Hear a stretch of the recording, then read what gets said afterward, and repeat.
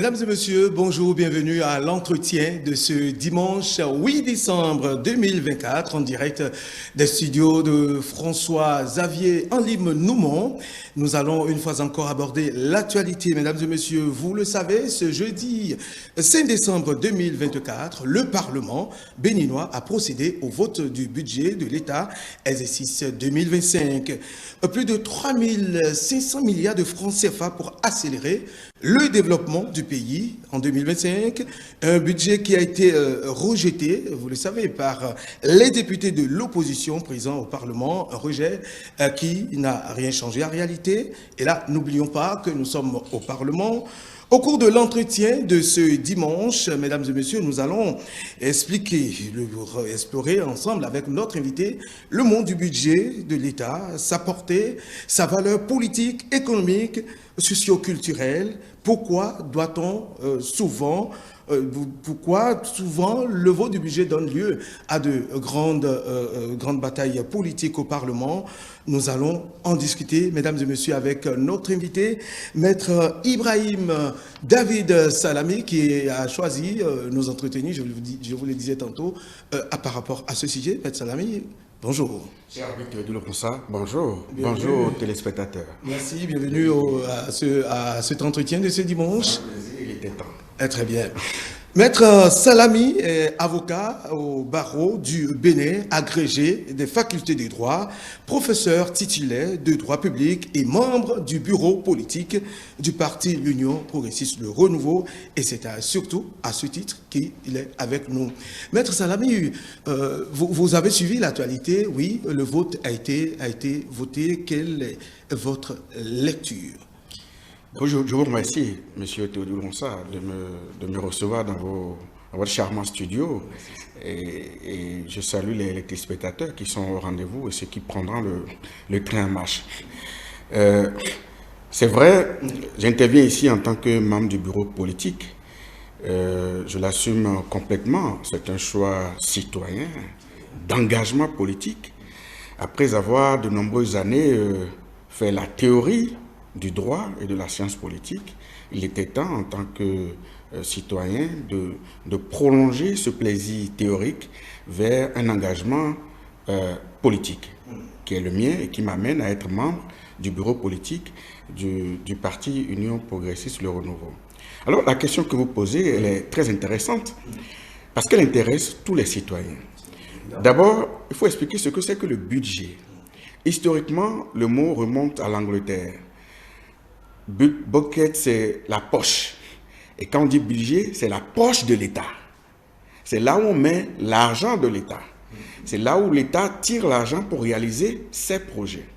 Ça, c'est historique. Sur le plan strictement juridique, c'est une loi de finances.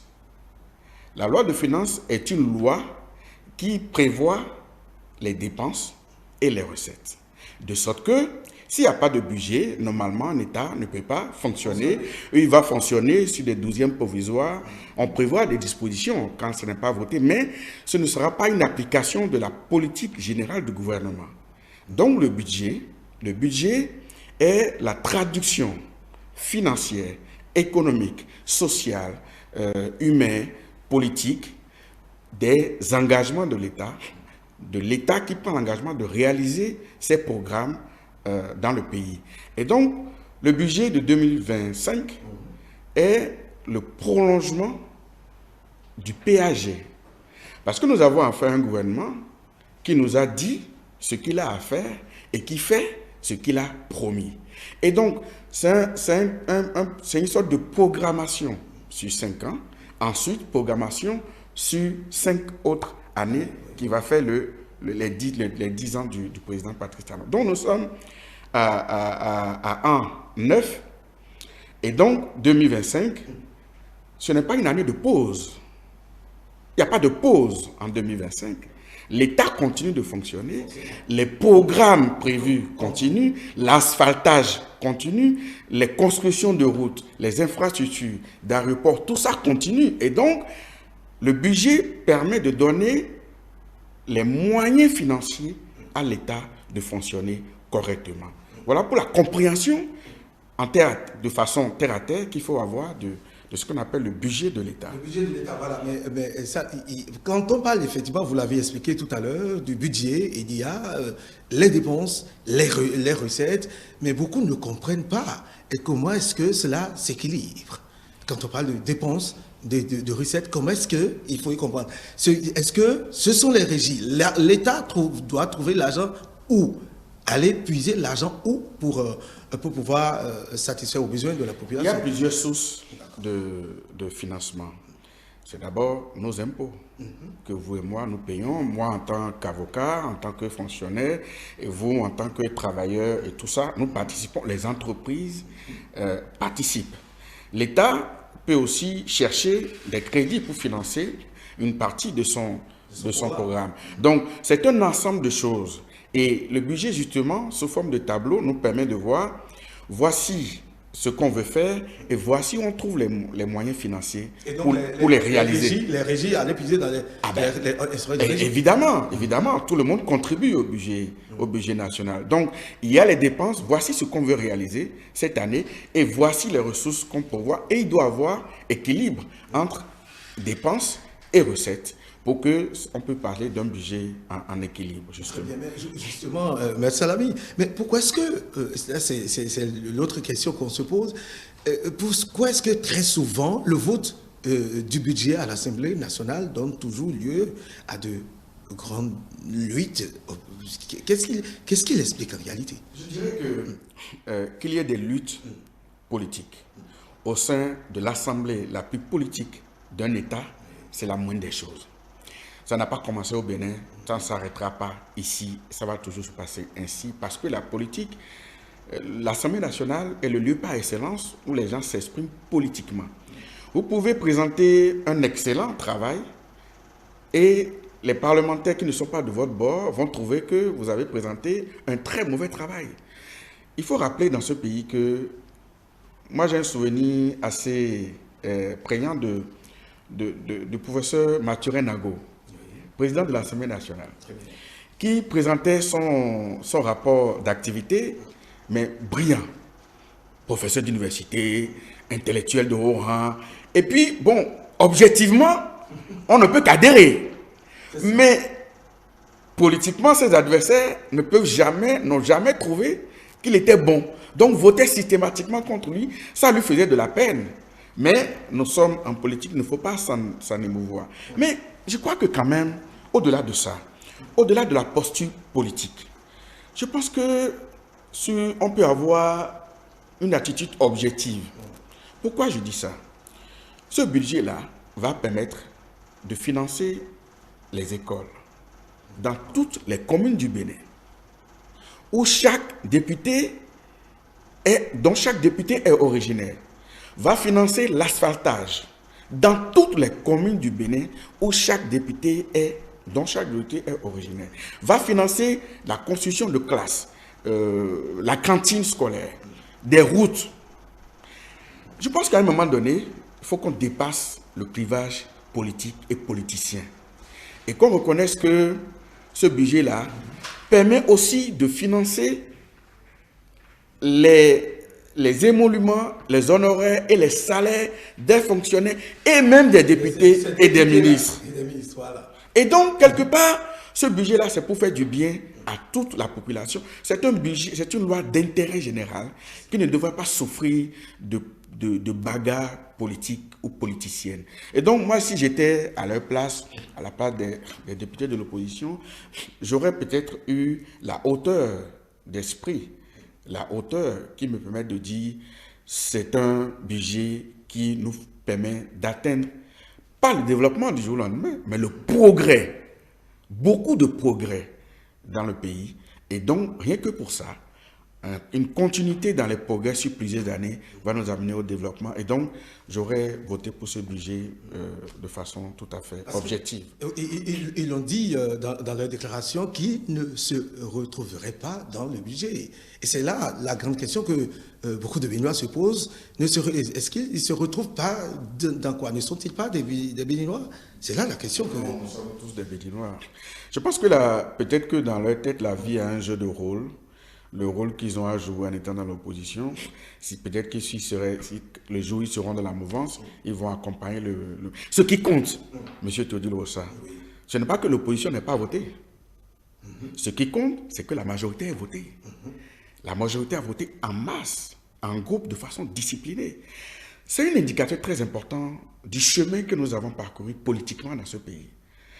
Nous étions dans un pays où le Parlement était à géométrie variable. On ne savait pas où s'arrêtait la mouvance et où commençait l'opposition. On peut être de l'opposition la veille et le lendemain de la mouvance. Et donc, ce désordre politique a laissé place à la discipline politique, à la discipline électorale, à la discipline partisane. De sorte qu'aujourd'hui, la question ne se pose même pas de chercher à marchander le vote des parlementaires de la mouvance. C'est ça qui m'intéresse. Je ne vais pas m'occuper de ceux qui ne votent pas, je m'occupe de ceux qui votent. On n'a plus à marchander le vote des parlementaires de la mouvance qui savent qu'ils ont pris une conscience d'appartenir à un mouvement politique, à un parti politique discipliné, organisé, composé de cadres et des gens dignes pour défendre la politique du gouvernement. Ça, c'est une avancée considérable. Vous voyez ce qui se passe en France. Voilà, justement. La France où on citait un modèle et qui devrait venir maintenant prendre des leçons chez nous en termes de discipline partisane et de fonctionnement du régime politique que nous avons adopté, qui n'est pas un régime qui permet ce genre de désordre ni au Parlement, ni dans la société avec les gilets jaunes.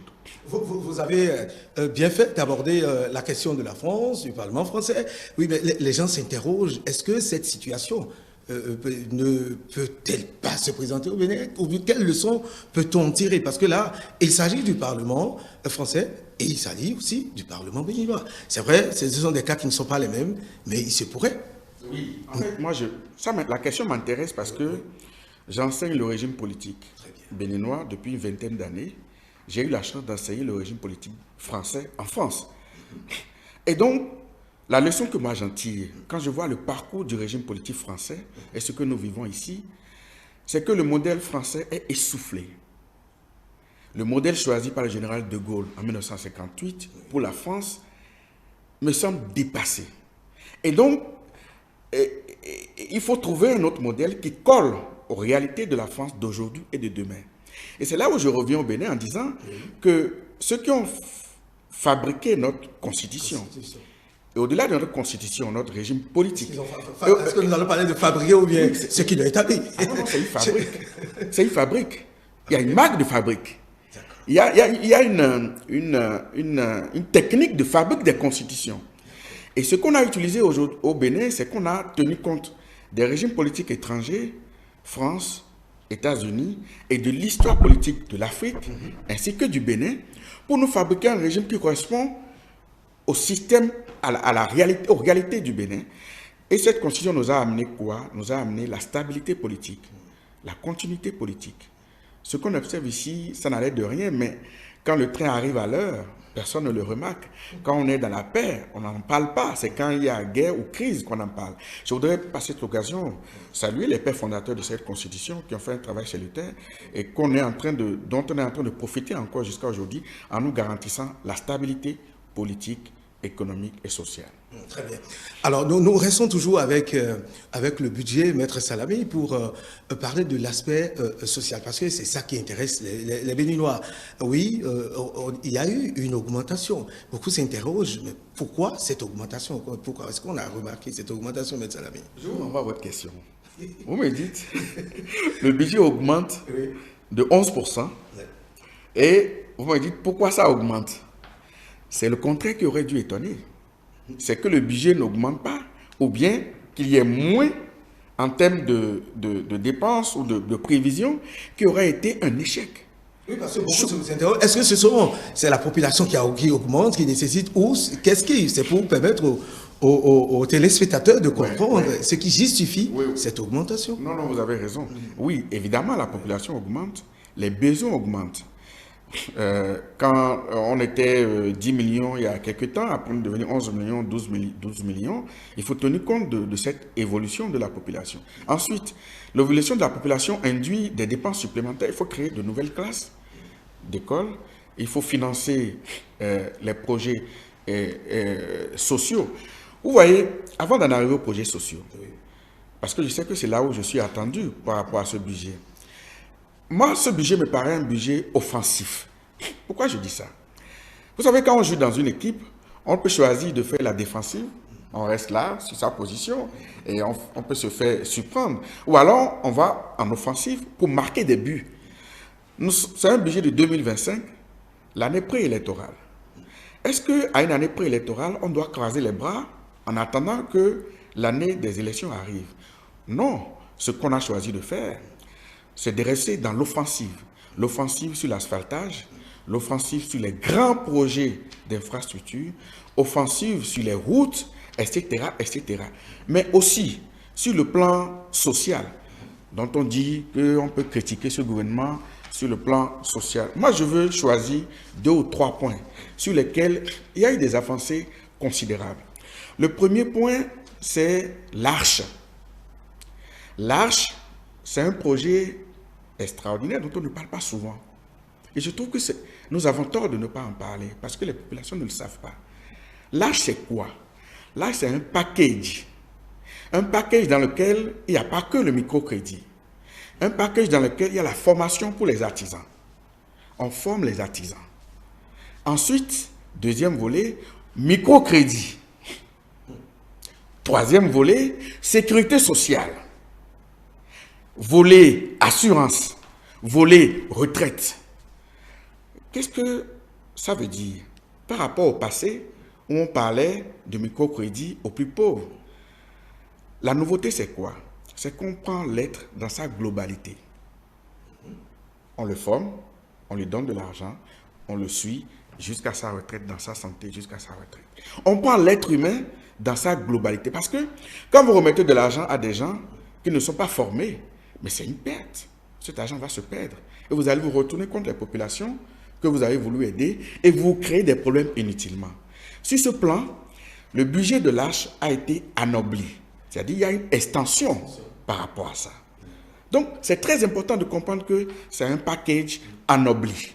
Premier point. Deuxième point, quand on prend les écoles publiques, qui étaient devenues à un moment donné infréquentables, les écoles publiques, tout le monde mettait ses enfants dans les écoles privées. Aujourd'hui, il n'y a plus de grève. Quand moi je vais à l'étranger, les gens nous envient. Même à l'université, mais les gens viennent de l'étranger étudier chez nous à l'université d'Abomey-Calavi. Simplement, d'abord, la qualité de la prestation. Nous avons de très bons enseignants au Bénin que nous exportons. Mais les gens viennent aussi ici, parce que quand vous quittez la Côte d'Ivoire ou le Congo, tout ça, ou même le Sénégal, vous avez des années, on est en 2024, mais ils sont en année 2022. Vous pouvez vérifier. Moi qui circule dans l'espace Kamel, je constate ça. Donc, on a gagné en sécurité sociale, en sécurité des études et en sécurité de ce que nous donnons en termes de prestations. Donc, je reviens à l'école primaire où on offre un repas chaud aux enfants à l'école. Ça n'allait de rien, mais c'est extraordinaire. Ça sécurise la venue des enfants à l'école. Et ça aussi, ce budget a été étendu. C'est-à-dire qu'il y avait des écoles pilotes. Maintenant, on a augmenté un nombre d'écoles où ce service va être fait. Ensuite, les filles qui n'arrivent pas à continuer les études longtemps, on a fait en sorte qu'on puisse les prendre en charge pour les frais de scolarité dans les collèges d'enseignement généraux. Donc, autant de choses qui nous mettent en situation nécessairement d'augmenter le budget et de faire une redistribution sociale dans un système de progrès économique et social et humain. Très bien. Maître Salami, et là, tout ce développement m'amène, comme plusieurs téléspectateurs d'ailleurs, à se poser la question de savoir, pour ceux qui apportent du sens à de tels projets, ça ce n'est que le volet que vous avez abordé. Il y a la question sécurité, il y a les routes, etc., je dirais l'économie qui prend une proportion exemplaire. Mais quand ça se présente comme ça et que d'autres affichent une position de censure, et là je l'avais dit, mais cela se présente, est-ce que c'est un déni ou quoi? Comment est-ce qu'on peut l'interpréter? Non, en fait, vous savez, la vie politique nous envoie à des situations de posture. Même les opposants, j'ai beaucoup d'amis, nous sommes tous des Béninois, il ne faut pas l'oublier. Quand vous discutez avec eux, ils savent, ils le reconnaissent qu'il y a des progrès dans beaucoup de domaines. Je me souviens, on a demandé à un homme politique, et les progrès, il dit, qu'est-ce que vous voulez dire? Vous voulez parler des routes seulement? Non, non, les routes, c'est pas seulement. Les infrastructures, c'est pas seulement. Mais au-delà des routes et des infrastructures, je vous fais une confidence. Moi, j'ai mon fils qui est rentré de l'étranger, avant-hier, qui est rentré de France, et qui dit, mais moi, papa, j'ai été choqué. J'ai dit, tu as été choqué par quoi? Il dit, c'est pas seulement les infrastructures, mais Cotonou est propre. La ville est propre. C'est l'occasion de saluer la Société Générale qui s'occupe la SGDS, qui fait un travail extraordinaire, qui a besoin d'être encouragé. Cotonou est propre. Ça n'a l'air de rien, mais c'est important en termes d'entretien de nos infrastructures. Et ce n'est pas que Cotonou, justement. C'est tout le Bénin qui a reçu un coup de balai de ce sens. Donc, moi, je trouve que on ne va pas faire une focalisation sur ce que dit ou pense l'opposition. Moi, je veux faire une focalisation sur ce qui se fait et quel est le ressenti de la population. Parce qu'après tout, c'est le peuple qui est maître en démocratie, c'est le peuple qui va départager au moment des élections. Très bien, oui. Donc, il ne faut pas de fixation. Oui, pas de fixation, mais il faut que les gens comprennent. Voilà, parce que là, quand on les entend parler de la cherté de la vie, du retour du délestage, le boycott, le non-respect de certains trucs, en fait, ça pose ces problèmes. Oui, pourquoi pas. Vous voulez qu'on commence par lequel? Je ne fuis aucun thème. Allons-y. Oui, alors, non, quand on parle de la cherté, pas de la cherté de la vie aujourd'hui, quelle explication donnez-vous? D'abord, il faut commencer par dire que nous sommes sensibles à la vie des populations. Et que donc, s'il y a un discours sur la cherté de la population, il ne faut pas jeter dada en disant non, il n'y a rien, tout va bien. Il n'y a aucune société au monde où tout va bien parfaitement tout le temps. Mais il faut chercher à expliquer à la population ce qui suit sur le plan économique. Il faut chercher à expliquer à la population que ce qui est le plus cher dans nos pays, c'est ce que nous ne produisons pas nous-mêmes au Bénin. C'est beaucoup de choses importées. Celui qui va acheter à l'étranger va payer des taxes et tout ça, ramener au Bénin, va chercher un bénéfice. C'est normal que ça nous revienne et qu'on ait l'impression que c'est plus cher. Mais il y en a qui sont fabriqués au Bénin qui sont chers. Voilà. Il y en a de fabrication béninoise, mais qui coûterait plus cher que ce qui est venu de l'extérieur. Oui, mais ça dépend. Parce que ce qui est produit à l'intérieur n'a pas vocation à être plus cher que ce qui est produit à l'étranger normalement.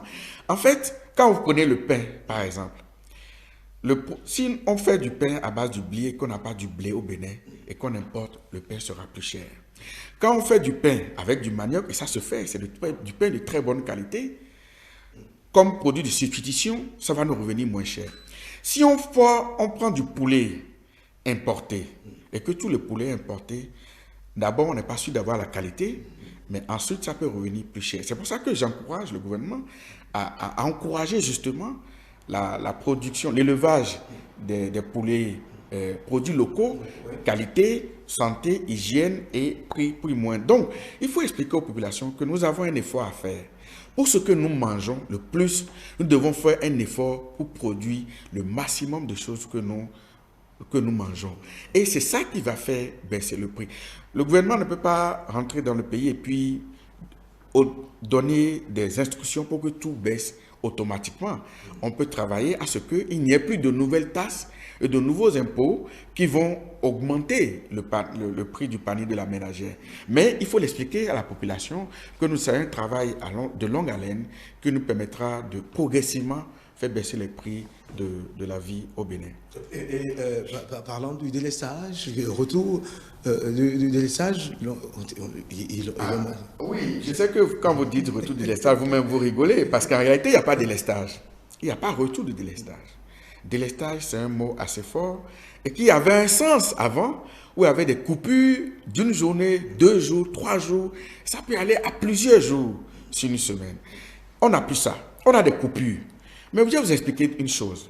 Parce que moi, quand il y a coupure, que ce soit au cabinet ou à la maison, à l'université, je prends la peine d'appeler pour me renseigner sur la raison de la coupure. Et on m'explique qu'il y a ceci. Il y a 2 choses qu'il faut distinguer. Est-ce que l'énergie est disponible et comment on convoie l'énergie? L'énergie est disponible. Nous avons un problème quant à l'entretien et le transport de l'énergie. Nous avons un système de transport qui est daté, vétuste. Et ça fait qu'il y a souvent des pannes au niveau des transports de l'énergie. Ce qui fait que vous allez voir à des moments donnés, il peut y avoir des pannes électriques à des endroits donnés de votre quartier et à des endroits donnés, il n'y a pas de panne électrique. Donc, on a un problème là, à ce niveau. Ajouté au problème de sabotage qu'il peut y avoir ou d'incivisme qu'il peut y avoir ici et là, qui peuvent occasionner des interventions techniques des services de la SBDE et de la société de transport. Donc, ce sont ces deux problèmes que nous avons à régler et qu'il faut expliquer. Il n'y a pas de délestage, il n'y a plus de délestage. Il y a des coupures qui sont désagréables pour tout le monde, mais il faut veiller de plus en plus, et un travail extraordinaire est fait par le ministère de l'Énergie dans ce sens, pour qu'on puisse régler progressivement ces problèmes-là. Parlant toujours du délestage, de l'électricité, de l'énergie, il y a un nombre de Béninois qui s'interrogent sur la fourniture de l'énergie que nous avons du Nigeria. Le Nigeria, qui, il faut qu'on en parle, elle aussi a des problèmes. Et pourquoi doit-on chercher de l'énergie vers le Nigeria qui n'assume pas assurer lui-même ou elle-même, cette république, la suffisance en énergie? C'est une question très pertinente. En réalité, le Nigeria a toujours eu des problèmes. Depuis que le Nigeria existe, il y a toujours eu des problèmes. Mais nous sommes dans une relation d'État à État, où on a des contrats, et quel que soit le problème que le Nigeria, nous payons, le Nigeria nous livre. Donc, c'est pas notre problème. Il faut leur dire que ceux qui fréquentent le Nigeria, ils savent ce que c'est. Il faut leur dire que ce n'est pas notre problème. Les problèmes du Nigeria avec sa population, ce n'est pas notre problème. Nous, on a un contrat avec le Nigeria qui nous dit voici telle quantité de kilowattheures, voici ce qu'on doit payer. Et puis c'est du cash and carry, comme on dit. Donc ça ne nous regarde pas les problèmes du Nigeria. Ce qui nous regarde, c'est que le Nigeria nous fournit de l'énergie. Ce qui nous regarde, c'est que nous payons ce que nous devons au Nigeria. Donc ça, ce n'est pas un problème. Alors nous restons toujours, et là c'est toujours dans le cadre du budget, et il y a que on a dénoncé le non-respect de la démocratie au Bénin, faisant référence à la déclaration que nous avons lue et au point de vue non-respect de la démocratie, non-respect du droit de l'homme, des citoyens, etc. Ce sont là des reproches qu'on fait au gouvernement actuellement. Oui, je pense que il faut toujours avoir à l'esprit une mise en perspective à la fois historique et contextuelle des problèmes que nous analysons. De tout temps, même quand on est retourné à la démocratie, parce qu'on dit renouveau démocratique, c'est qu'on était déjà en démocratie, qu'on y revient. Déjà dans les années 90, le président Soglo était au pouvoir. Des questions de démocratie se sont toujours posées. Tevoidre, Pognon, Humbedi, eux tous posaient toujours des problèmes de démocratie. Mais je dis c'est une bonne chose. C'est une bonne chose, pourquoi? Parce que la démocratie n'est jamais un acquis permanent. C'est une quête perpétuelle. C'est une quête, un combat perpétuel. Et je salue même le fait qu'il y ait des gens dans le pays pour sonner et pour déterminer, pour tirer sur la sonnette d'alarme et dire qu'on veut plus de démocratie et encore plus de démocratie. Il faut toujours continuer à réclamer plus de démocratie et d'état de droit. Moi, en tant qu'avocat tous les jours, c'est mon office de réclamer ça. J'enseigne ça à mes étudiants. Donc, ce n'est pas un problème en soi qu'on dise qu'on veut plus de démocratie. Maintenant, quand on a dit ça, il faut savoir ce qu'ils demandent vraiment comme démocratie. Est-ce que cette démocratie-là, c'est ne pas respecter la loi, ce n'est pas respecter la Constitution, ne pas respecter la légalité? Et là, moi, je prendrai mes distances. Parce que moi, légaliste, juriste et constitutionnaliste, je ne peux pas envisager qu'on fasse des réclamations démocratiques hors démocratie, hors constitution, hors code électoral, hors loi et hors légalité. Donc, qu'on demande plus de démocratie, moi-même je demande plus de démocratie. Vous savez pourquoi? Non. Parce qu'une démocratie a toujours besoin d'être améliorée. Une démocratie, on a toujours besoin. Hier, je présidais un jury dans lequel un maire qui soutenait devant moi demandait plus de démocratie locale. C'est-à-dire la possibilité que les citoyens aient le droit de pétition au niveau local, puisqu'il aient le droit d'avoir un référendum local. C'est-à-dire dans votre quartier ou dans votre commune, vous avez le droit de faire un référendum pour décider de la vie de votre cité. Donc, c'est normal que les citoyens demandent plus de démocratie et c'est normal que l'État soit à leur écoute et donne satisfaction dans la mesure du possible. Très bien. Maître Salamé, merci. Nous allons évoluer et vous poser peut-être une dernière question concernant le budget. Qu'est-ce que, en termes de conseil véritablement, aux uns et aux autres, et même aux citoyens lambda, qu'est-ce qu'il faut retenir de ce budget qui a été voté? Il faut retenir que c'est un budget offensif, c'est un budget progressiste, c'est un budget qui tient compte des aspirations des populations les plus faibles, les plus pauvres d'entre nous, les moins nantis. Et c'est très important. Moi, je pense que un peuple civilisé, c'est un peuple qui soigne les plus faibles, les personnes âgées, les pauvres, les handicapés. Il y a un programme pour les handicapés. C'est un programme pour les handicapés. Donc, c'est un budget pour moi qui est progressiste, c'est un budget offensif. C'est un budget qui ne met pas le pays à la pause en attendant les élections. C'est un budget par lequel on veut montrer que du 1er janvier 2025 au 31 décembre 2025 à minuit, on est au travail pour le bien-être de la population. C'est très important. Moi, j'aimerais que ce soit ça qui soit retenu de ce budget. Très bien, merci. Maître Salamé, là, nous allons aborder avec vous l'actualité nationale. Vous le savez, il y a cette réalité, je vais le dire ainsi, qui circule, les Béninois, sinon les partis politiques, surtout le cas de concertation de l'opposition qui a été créé, qui demande l'audit consensuel du fichier électoral et qui a entamé des rencontres, différentes rencontres. Mais l'UP Le Renouveau semble ne pas s'associer à cela. Mais comment est-ce que vous l'expliquez? Je ne sais pas si je dois l'expliquer, c'est peut-être à eux de l'expliquer, mais je peux essayer quand même. D'abord, là aussi, une mise en contexte. Vous allez remarquer que l'année précédente les élections, il y a toujours un remue-ménage sur le code électoral. C'est devenu un marronnier, pour utiliser une expression qui vous est chère en matière chez les journalistes. C'est devenu un marronnier. À l'approche des élections, les partis d'opposition se font entendre parce qu'ils aspirent à ce que le code électoral ou bien la liste électorale soit dans une telle posture ou pas. C'est de bonne guerre. Je dirais même que c'est de leur droit de le demander. Maintenant aussi, il faut voir entre ce qu'ils demandent et ce qui est possible. Il faut peut-être faire la part des choses. Et quelle est la part des choses? D'abord, qu'est-ce qu'ils demandent? Ils demandent l'audit du fichier électoral, ils demandent l'audit de la liste électorale, ils demandent qu'au moment où nous sommes aujourd'hui, que cette liste-là soit auditée. Qu'est-ce qu'on appelle audit?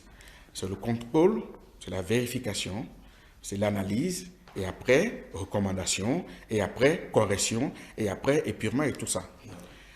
La loi, le code électoral prévoit une correction de la liste électorale. Comment ça se passe? Dans le code électoral, article 124, article 125, qu'est-ce qui est prévu? Il est prévu que 120 jours avant la date des élections législatives et communales, une liste électorale informatisée provisoire soit extraite du registre national. Il faut bien que les téléspectateurs comprennent. 120 jours avant les élections, une liste électorale informatisée provisoire doit être extraite du registre national. Le registre national, c'est quoi? C'est le registre national des populations. Et c'est l'ANIP qui a la manœuvre pour l'état civil, tout ça, on extrait une liste.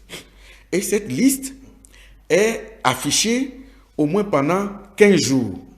Le temps pour la population d'aller regarder dans son centre de vote, est-ce que tout va bien? Vous voyez le contexte. 120 jours avant les élections. Pourquoi on a fait ça? C'est pour responsabiliser les citoyens.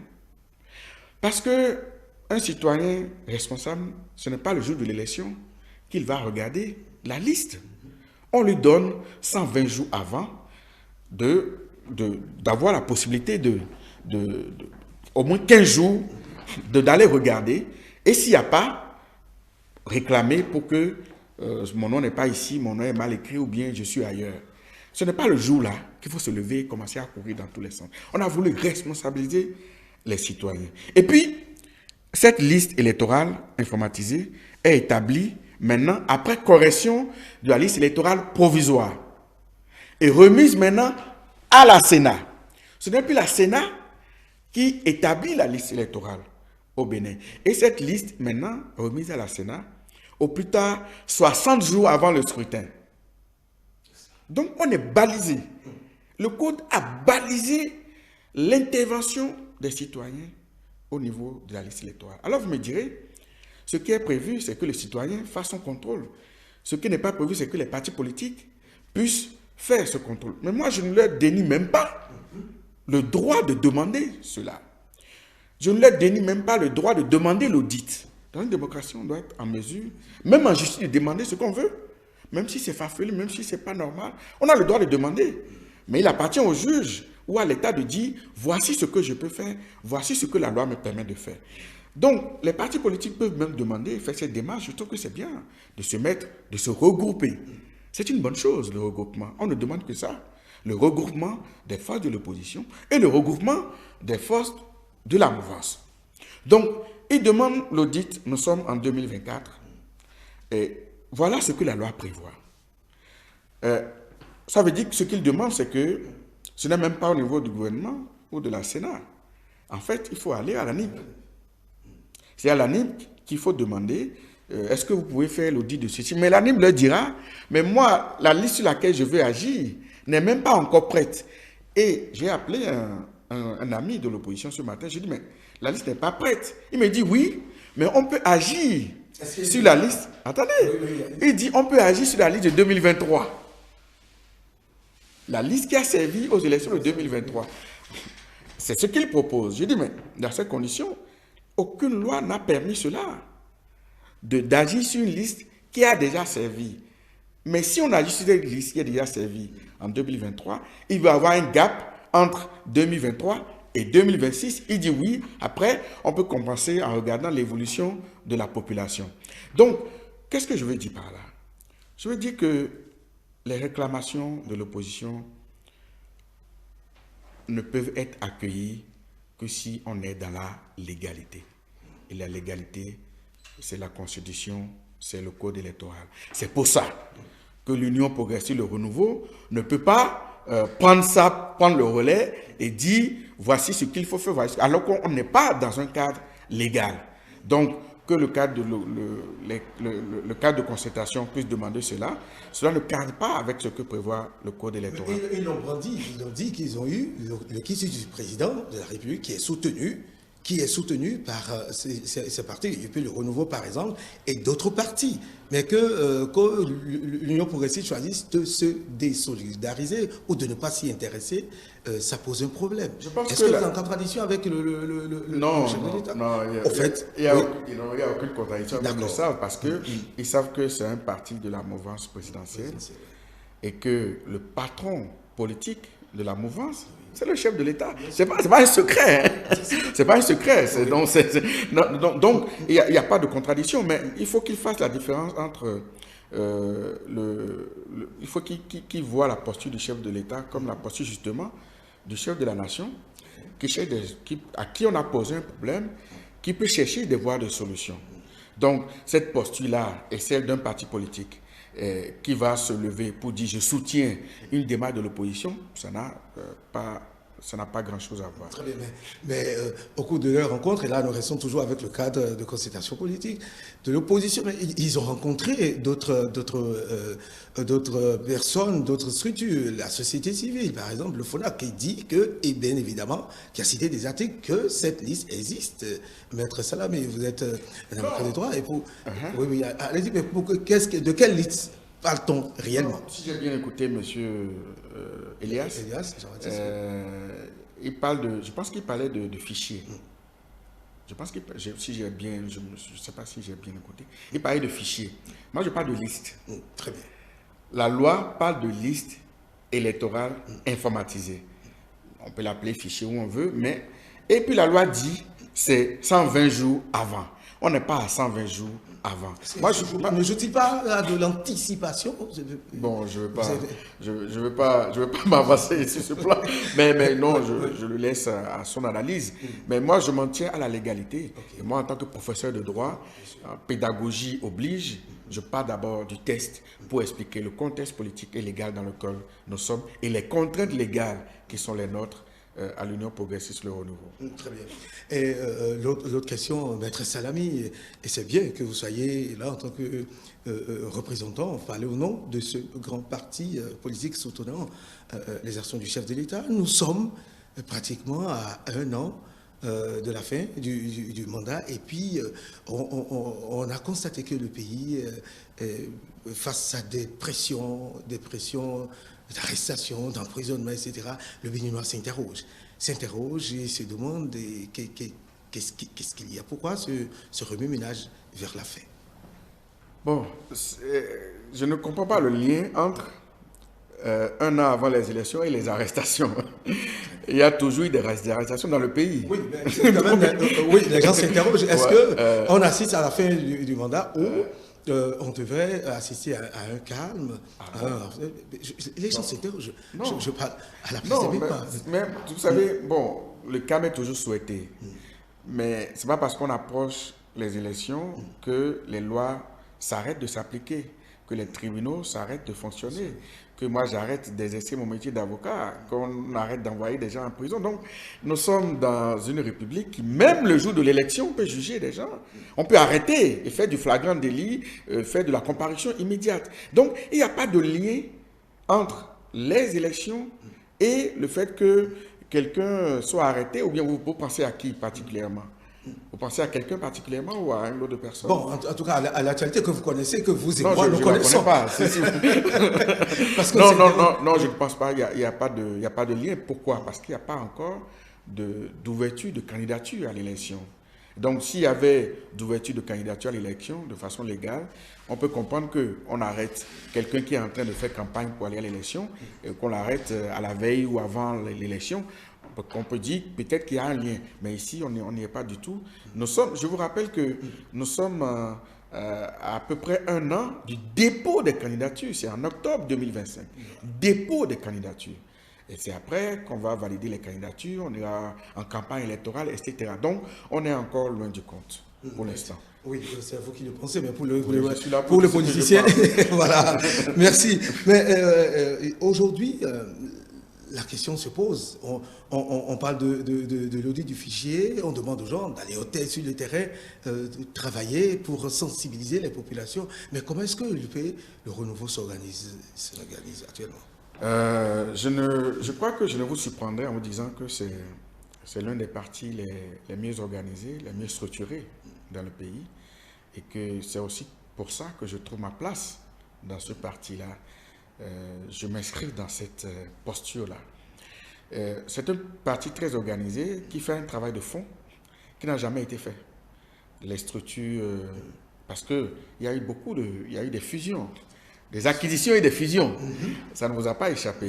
Et donc, après ça, il faut ingurgiter et installer les structures de base. C'est un travail énorme qui se fait depuis plus d'1 an. Énorme, qui se fait sur toute l'étendue du territoire national, où on travaille à la base et on remonte progressivement. Et donc, c'est un travail de fond qui n'est pas toujours médiatisé, mais un travail de préparation du terrain qui se fait, un travail de labour électoral qui se fait. Et donc, ce travail-là ne se fait pas devant les caméras, mais c'est sûr que ça nous prépare le mieux du monde à affronter les grandes échéances de 2026, où on aura 3 grandes élections qui vont déterminer l'avenir de ce pays. Les élections législatives, les élections communales et les élections présidentielles. Et on a à l'esprit que ce choix qui sera fait peut nous engager pour 10 ans. Peut nous engager. Ça nous engage au moins pour 5 ans, mais ça peut nous engager pour 10 ans. Et donc, nous préparons avec le plus grand sérieux et nous avançons collectivement et non individuellement, cher ami. Très bien. L'autre question, et là nous sommes sur le terrain, il y a que la dernière fois, la Sénat a procédé à la répartition du nombre de chefs de quartier, de chefs de village aux partis politiques. Et la question de l'UP, il y en a qui ont dit, qui ont avancé que l'UP, le renouveau, n'existe pas. Est-ce que c'est à l'UP qu'on attribue les sièges ou à l'UP le renouveau? Il y a un imbroglio terrible qu'il faille expliquer, maître Salami. Oui, non, en réalité, il n'y a aucun imbroglio. Lorsque vous faites des fusions et des acquisitions, vous êtes plusieurs structures qui interviennent dans un domaine. Vous vous mettez ensemble. La structure réformée hérite du passif et de l'actif de tous ceux qui l'ont constitué. Et donc, tout ce qu'on a comme dette, actif et tout ça, la personnalité juridique nouvelle acquiert les droits et les devoirs. Pourquoi la question ne se pose pas sur les biens des partis qui ont fusionné, leur compte bancaire, tout ça a été fusionné. Et aujourd'hui, il y a une seule personnalité juridique qui est assumée par l'Union progressive, le renouveau. De sorte que tout ce qui devait revenir au PRD et à tous les partis qui ont fusionné ensemble pour venir dans l'UP, le renouveau, deviennent la propriété de l'UP, le renouveau. Donc le débat ne se fait. Et c'était prévu, c'est pas aujourd'hui, ça c'est prévu. Hein. Ça a été prévu dans le code depuis. Mais au moment de l'appliquer, les gens disent pourquoi on l'applique? Mais non. Il fallait se rebeller quand c'était prévu. Donc il n'y a aucun souci, il n'y a aucun imbroglio par rapport à ça. Mais ça suscite sur le terrain, et là, beaucoup n'en parlent pas, même au sein de l'UP, le renouveau, on n'en parle pas souvent, des griefs, des mécontentements, même par rapport à l'attribution des sièges, des éléments du PRD qui sont venus s'ajouter à vous, qui sont sur le terrain. Il y a une lutte qui ne se dit pas sur le terrain, en sourdine. Oui, bon, on n'a peut-être pas les mêmes informations, mais ce que je sais, c'est que quand on fait une répartition, forcément, il y a des gens qui sont contents, il y a des gens qui ne sont pas contents. Mais c'est comme ça, quand on vient dans un parti politique, on se soumet à la discipline de ce parti. Moi, je suis rentré dans ce parti politique avant les élections législatives de 2023. Les gens ont cru que j'étais venu pour devenir député et j'ai fait campagne pour les candidats de l'UP Le Renouveau. Et donc, quand on est dans un parti politique, on doit se résoudre à la discipline et attendre que son tour arrive. Moi, je ne suis pas pressé. Je sais que ma place est là et que quand ma place va se dégager, il n'y aura personne pour me la prendre. Donc, que chacun attende son tour. Et puis, on est dans un parti politique, pas pour attendre son tour. C'est d'abord pour qu'est-ce que je peux faire à mon parti? Qu'est-ce que je peux apporter à mon parti? En quoi puis-je être utile à mon parti politique? Ça doit être le credo d'abord de chaque parti politique, de chaque militant dans un parti politique. Mais si on en parle, c'est parce que sur le terrain, il y a des mots contents, il y a des luttes, un peu comme ça se passe dans presque tous les partis. Mais attention, avec l'UP Le Renouveau, ça devient très remarquable. Oui, c'est normal, ça peut être... Ceux de l'ancien PRD qui réclament, bien évidemment, leur place, qui te disent toujours maître du terrain, etc. Je vois que depuis tout à l'heure, vous parlez du PRD. Le PRD est dans votre cœur. Mais bon, on parle d'une réalité que les gens constatent sur le terrain. Non, vous avez raison, mais de toute façon, chacun a sa place sous l'ombre du baobab. Il faut travailler, il faut labourer et puis récolter. Après, chacun aura sa place. Ceux qui n'ont pas été, ceux qui sont mécontents hier seront contents après. Et puis nous irons en équipe et de façon collective. Et nous gagnerons collectivement et en équipe. Maître Salami, les élections générales s'annoncent et déjà les partis politiques s'organisent. Dites-nous comment est-ce que vous vous organisez pour ces élections générales qui viennent? Nous nous organisons d'abord, comme je vous l'ai dit, en mettant en place les sections locales. Nous nous organisons en faisant en sorte qu'il n'y ait pas de candidature fantaisiste, il n'y ait pas de candidature qui ne soit pas validée par le parti. C'est extraordinaire. C'est-à-dire que dans le désordre politique qu'on avait avant, vous aurez déjà entendu parler de 10 candidatures. On dit, moi je vais être candidat pour le compte du parti. On commence par courir dans le pays dans tous les sens. Il n'y aura pas ça. C'est fini. Donc, on est dans une logique où, quand le moment viendra, c'est le parti, ces instances du parti, et les patrons du parti, ainsi que les militants du parti, qui vont décider de qui peut être candidat. Et c'est seulement dans le cadre du code électoral que les parrainages seront attribués à des candidats qu'auront désigné le parti. C'est très important que j'insiste sur ça. Pourquoi? D'abord, en parlant de l'opposition, est-ce que vous savez que ce code-là, ça fait du bien aussi à l'opposition? Et comment? Je vais vous dire. Ce code fait du bien à l'opposition dans quel sens?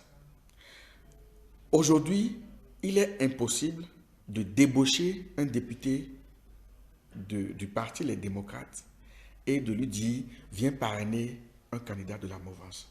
Avant, ça aurait pu être possible. C'est-à-dire, moi je dis, député démocrate, quel est votre prix? Simulation, hein? Quel est votre prix? Il me dit, tel montant, je dis, je paye.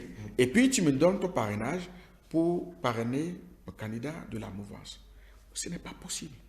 De sorte que les députés et de démocrates, mais 28, ne peuvent parrainer que des candidats de leur rang. Mais en fait, on a sécurisé l'opposition, on a sécurisé la minorité. Et c'est moi, j'ai tendance à dire, une bonne loi sécurise les faibles, en guillemets, mais en tout cas la minorité. Et donc, si je reviens dans la mouvance, ceux qui ont le parrainage ne peuvent parrainer que les candidats que le parti aura choisis.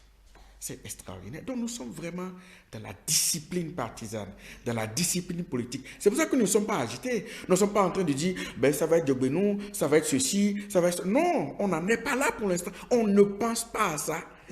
Oui. Mais visiblement, le professeur président Diogbenou serait en bonne position pour représenter le parti du Nouveau. C'est ce qu'on serait en train de... Oui, lui. Évidemment, il serait, je ne sais pas si on peut dire pole position, mais en tout cas, il a vocation, en tant que président du parti, à être candidat. Il a vocation, j'ai dit, comme le vice-président du parti, comme le secrétaire général du parti, comme un militant lambda du parti, a vocation. Donc après, ce n'est pas lui, en tant que Diogbenou, qui va décider, ce n'est pas le vice-président qui va, c'est le parti, les instances du parti, les militants qui vont décider que c'est telle personne ou telle personne. Et puis, c'est un duo. Il ne vous a pas échappé que c'est un duo. Donc voilà. Donc ce n'est pas une question d'une personne seule, c'est une question d'équipe et de duo à l'élection. C'est ça qui est, c'est ça qui est important à rappeler aux populations. Que c'est pour ça que vous n'avez pas sur le terrain quelqu'un qui va dire, moi je m'appelle Diogbenou, je suis candidat, je me promène dans le pays, votez pour moi. Ce n'est plus possible. C'est la discipline du parti de l'Union progressiste. Est-il favori aujourd'hui, Maître Diogbenou, avec son éventuel colissier qui sera... C'est qui? Non, je ne parle pas encore du colissier, mais le professeur Diogbenou, le président Diogbenou, semble-t-il favori actuellement? Ah bon, je ne sais pas. C'est une question que je vous pose. Non. La question politique. Est-ce que la base, est-ce que vous le voyez être désigné par la base pour représenter, pour être le candidat du parti? En réalité, la question ne se pose même pas. La question ne se pose pas encore. Et donc, il ne peut pas avoir de réponse.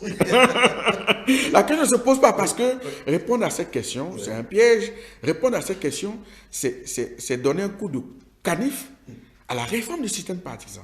Et moi, je ne peux pas m'inscrire dans la logique des hommes politiques qui votent une réforme et qui, derrière, font tout pour détruire cette réforme.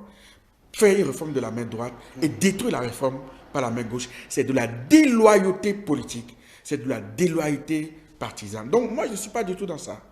Moi, à chaque fois que je rencontre le professeur le président Diogbenou, mon collègue, ami, confrère et tout ce que vous voulez, nous avons beaucoup d'affinités, nous deux. Mais tout ce qu'on dit, c'est des questions qui engagent la vie du parti politique et de la nation. Pas des questions qui engagent la vie ou du président Diogbenou ou du professeur Salami. Pourquoi vous n'avez pas dit candidat professeur Salami? Donc, la question ne se pose pas du tout. Pour l'instant, on joue en équipe, on joue collectif. Très bien. Et cet esprit collectif, en tout cas, amène les choses à se dessiner d'ici peu. Ici, très peu. Oui, le moment venu, vous savez, la vie politique est faite de calendrier, mais aussi de challenge. Calendrier et challenge. Le bon calendrier, le bon timing et des challenges, c'est des défis à relever. Nous sommes prêts à les relever de la façon la plus digne pour ce pays. Très bien. Professeur Salamé, nous tendons tout lentement vers la fin de cet entretien. Mais une question, là, en tant que citoyen, en tant que professeur de droit, en tant qu'homme politique, l'actualité a défrayé la semaine par rapport à ce que nous avons constaté, les bavures policières. Quel est votre avis là-dessus? Où le gouvernement a tapé du poing sur la table. Oui, je pense que nul ne peut être indifférent. D'abord, à la situation des policiers qui font un travail extraordinaire dans des conditions difficiles. À chaque fois que moi je passe sur un carrefour, je les vois debout, sous la pluie, sous le soleil, je me dis, moi je n'aurais pas aimé être à leur place. Donc j'ai beaucoup de respect pour eux. Et puis il y a eu la fusion police-gendarmerie qui nous a donné la police républicaine. Républicaine, ça a un sens, ça a une portée. En termes de plus de corruption, plus de rançonnement, une police qui accompagne les gens à traverser. Beaucoup de programmes ont été réalisés. Et je dirais même que l'une des choses que le président Talon va laisser, c'est moins les infrastructures qui se voient. C'est le progrès dans le mind, dans nos têtes, dans nos cerveaux. De penser que il y a des choses qu'on ne peut pas faire. On ne peut pas demander à un étudiant qui veut soutenir son mémoire, va me donner de l'argent. On ne peut pas, pour inscrire quelqu'un dans un master, lui demander de l'argent. On ne peut pas... bref, beaucoup de choses sont en train de changer dans la tête des Béninois. Il faut beaucoup de temps encore plus pour qu'on avance encore plus. Mais pour revenir à votre question, les bavures policières, c'est regrettable. Ça existe aux États-Unis, en France, au Bénin. C'est regrettable. Ce qui est important, c'est que quand il y a bavure policière, qu'il y ait des sanctions. Sanctions disciplinaires et sanctions pénales. Lorsqu'on est dans cette posture-là et qu'il n'y ait pas étouffement de ces bavures-là, on ne protège pas les policiers et tout ça, non. Moi, j'ai bien aimé. Et j'ai aussi aimé quelque chose. Le ministre de l'Intérieur qui est intervenu, qui est le patron des policiers. On a souvent oublié. On a souvent pensé que c'est le DGPR. Mais le patron des policiers, c'est le ministre de l'Intérieur. Et l'autorité de l'État doit s'affirmer à travers le ministre de l'Intérieur. Et il a fait, et je dis que c'est une très bonne chose, ceux qui ont commis des infractions vont être sanctionnés. Et ça va servir de leçon à tous les autres. Rien que de la façon dont on contrôle les citoyens, les motos de nos pauvres populations, le casque, c'est bien de les contrôler, mais on peut les traiter aussi avec humanité, avec respect. C'est très important. C'est comme ça qu'on aura une police totalement républicaine. On y travaillera. Ouais. Mais quelle est la responsabilité des populations? Quand on parle de bavure policière, il faut aussi situer la responsabilité des populations qui peut-être n'obtempèrent pas à chaque infraction. Non, non, c'est deux choses différentes. Quand on parle de bavure, la notion renvoie même à une erreur ou à une faute des professionnels de la police. Ça, c'est à part. Ça n'a rien à voir avec le comportement des citoyens. Le comportement des citoyens, l'incivisme ou le non-respect du code de la route, c'est prévu par les tests. C'est parce que c'est prévu, c'est parce que la loi a prévu qu'il y ait des infractions que des sanctions étaient prévues. C'est parce que la loi a prévu qu'il y ait des gens qui commettent des infractions, qu'il y a des juges pour les juger, qu'il y a des policiers pour les poursuivre. Donc, chacun est dans son rôle. Même quand quelqu'un a commis un crime le plus grave, trafic de drogue, assassinat, mais la loi a prévu comment il faut le traiter. La loi a prévu qu'il y ait ce genre de personnes. Et ce genre de personnes, malgré les infractions qu'ils ont commises, doivent être respectées dans leur dignité.